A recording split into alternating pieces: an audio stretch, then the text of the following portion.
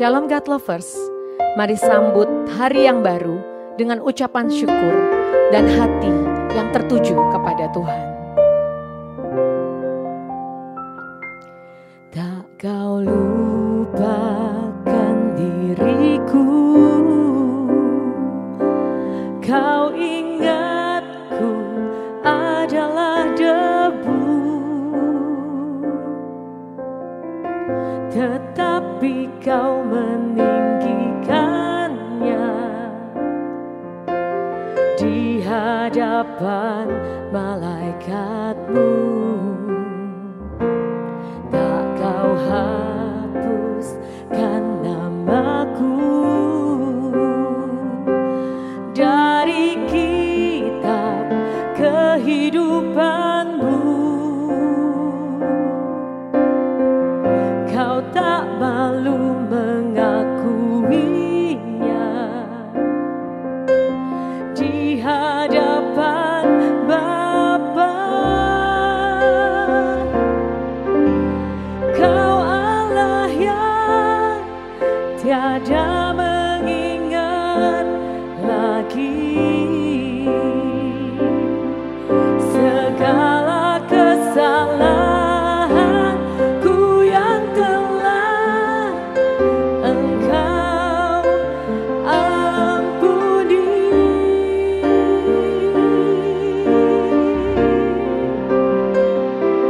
Walau dosaku merah bakain kesumba, Engkau menjadikanku putih seputih bulu domba. Oh, terima kasih Yesus, terima kasih Bapa. Tak kau hapuskan namaku dari kitab kehidupanmu. Kau tak malu mengakuinya di hadapan Bapa. Kau Allah yang tiada mengingat lagi segala kesalahanku yang telah Engkau ampuni. Oh, walau dosaku merah bakain kesumba, Engkau menjadikanku putih seputih bulu domba. Walau dosaku merah bakain kesumba, Engkau menjadikanku putih seputih bulu domba. Shalom God's Lover, bertemu kembali dalam program Words from Heaven. Hari ini sama-sama kita akan mendengar firman Tuhan dan juga sama-sama merenungkan dengan tema Good or God. Ya, Good or God. Nah, ini kenapa saya coba ambil tema ini jadi sama-sama bahan perenungan buat kita semua. Karena kalau saudara perhatikan di zaman sekarang, zaman now ya, segala sesuatu itu kita lihat itu sebagai tampaknya good. Bahkan tolak ukur kita memilih segala sesuatu atau memutuskan segala sesuatu berdasarkan apa yang good ya dalam pandangan kita. Tapi terkadang kalau saudara perhatikan ya, ternyata yang tampaknya good tidak selalu itu God. Saya ulangi lagi, yang tampaknya good atau baik nggak selalu itu datangnya dari Tuhan. Nah dunia, kalau saudara perhatikan ya, akan selalu coba mengecoh cara berpikir kita, di mana kita manusia cenderung akan menyukai atau memilih segala sesuatu yang tampaknya good buat kita.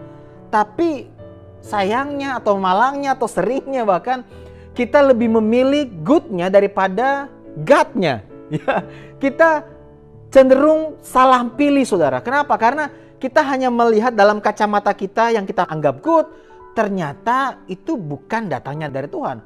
Kalau saya pernah buat statement kayak gini saudara, yang besar atau yang tenar belum tentu benar. Saya ulangi lagi, yang besar dan tenar belum tentu benar. Jadi apa yang kita lihat itu sebagai hal yang baik, mungkin karena orang yang menyampaikan itu followersnya banyak, atau dia adalah orang yang besar, kita nggak bisa telan mentah apa yang besar dan tenar itu sebagai kebenaran.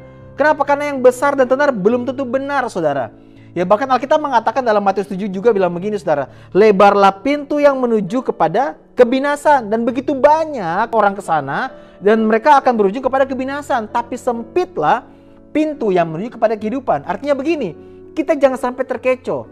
Mata kita hanya fokus sama yang tampaknya good. Karena yang tampaknya good belum tentu itu God.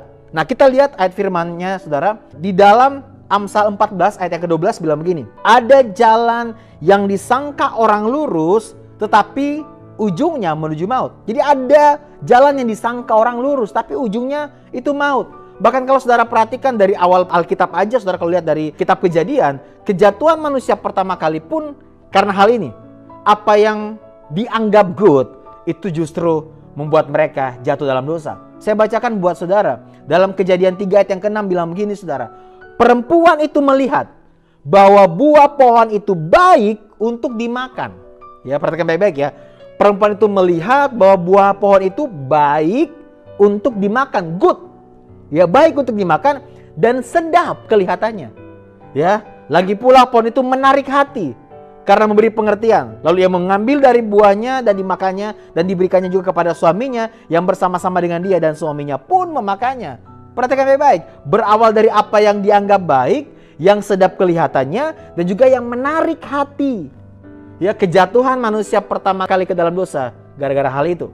Ya, diulangi lagi oleh Paulus dalam 2 Korintus 11 ayat yang ketiga. Tetapi aku takut kalau pikiran kamu disesatkan dari kesetiaan kamu yang sejati kepada Kristus. Sama seperti Hawa diperdayakan oleh ular itu dengan kelicikannya. Ya, kalau kita lihat lagi konteks dari bagaimana Paulus menyampaikan kepada jemaat Korintus pun, kalau saudara perhatikan saat itu juga jemaat Korintus lagi apa? Lagi terbuai terhadap hal-hal yang tampaknya good. Ya, tentang karunia-karunia rohani, orang bisa mengadakan begitu banyak mujizat. Tapi ternyata kalau saudara perhatikan ya, yang event tampaknya good pun belum tentu itu God. Ya, nah Paulus mengingatkan juga kepada jemaat di Korintus supaya mereka itu fokus sama yang benar, bukan yang besar, bukan yang tenar. Demikian juga dengan kehidupan kita. Hari-hari ini kalau saudara perhatikan di sosial media, di YouTube, kita dibombardir oleh segala informasi yang kita lihat, yang kita dengar. Dan semuanya mungkin kalau dalam kacamata kita sebagai manusia, kita bisa melihatnya itu kayaknya good deh. Tapi saudara, kita harus berhati-hati. Ternyata gak semua yang tampaknya good itu sesuai dengan kebenaran firman Tuhan. Patokan kita sebagai orang percaya adalah Alkitab. Ini mutlak saudara, Alkitab adalah firman Allah. Kita harus jadikan ini sebagai pondasi dalam kehidupan kita. Segala sesuatu kita harus uji. Apakah itu sesuai dengan kebenaran firman Tuhan. Ya, jangan sampai kita terlena, kita jadi abai sama kebenaran firman Tuhan. Padahal ini harusnya jadi pijakan buat kita semua. Kita nggak lagi fokus sama sekedar yang tampaknya good. Kita perlu uji lagi. Apakah yang good itu juga belum tentu dari Tuhan? Jelas banyak hal yang good juga adalah God atau dari Tuhan. Tapi nggak semua yang tampaknya good itu adalah dari Tuhan, saudara. Ya, kita harus kembalikan lagi hati kita, pikiran kita, kita memfokuskan lagi kepada firman Tuhan. Supaya apa? Kita nggak hanyut oleh arus informasi teknologi.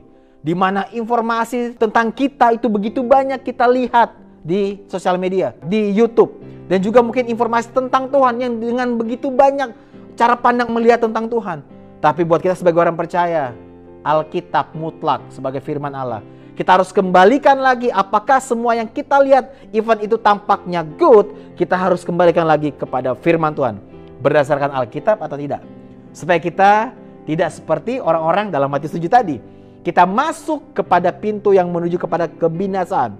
Karena ada begitu banyak orang yang suka terhadap hal-hal yang demikian. Dan mereka menjadi binasa. Tapi saya percaya begini saudara. Karena kasih karunia Tuhan, Tuhan akan ingatkan kita kembali. Supaya kita kembali lagi fokus. Bukan sekedar melihat apa yang besar dan tenarnya. Tapi kita mau fokus sama apa yang benar. Dan benar itu berdasarkan Alkitab. Berdasarkan firman Tuhan yang Tuhan sampaikan kepada kita semua. Amin saudara. Mari kita berdoa. Kami mengucap syukur Tuhan buat kesempatan yang sangat indah ini.